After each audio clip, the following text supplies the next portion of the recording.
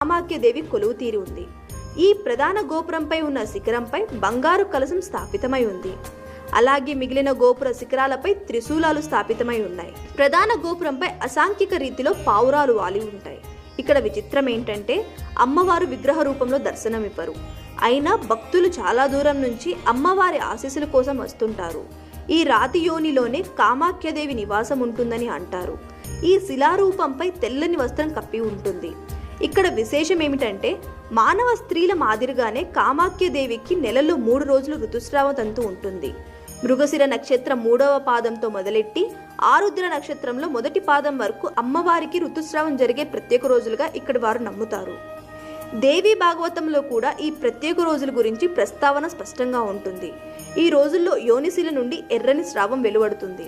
ఈ ఎర్రని స్రావం శక్తిపీఠం ముందున్న సౌభాగ్య కుండలోని నీరుగా చెప్తారు. ఈ ప్రత్యేకమైన 3